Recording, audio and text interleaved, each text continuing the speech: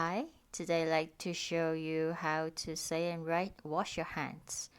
It's a very useful phrase nowadays because we have to keep ourselves clean and to wash our hands from time to time to stay away from germs. So, in Chinese, we say 洗手, 洗手.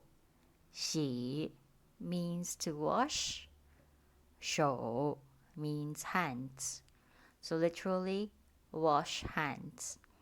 We omit the word you or yours here.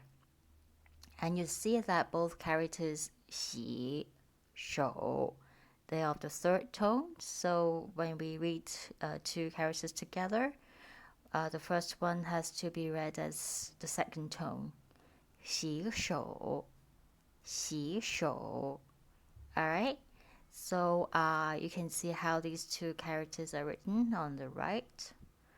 I hope you enjoy this video and make sure that, from time to time, we try to have to wash our hands as often as possible and to keep ourselves clean.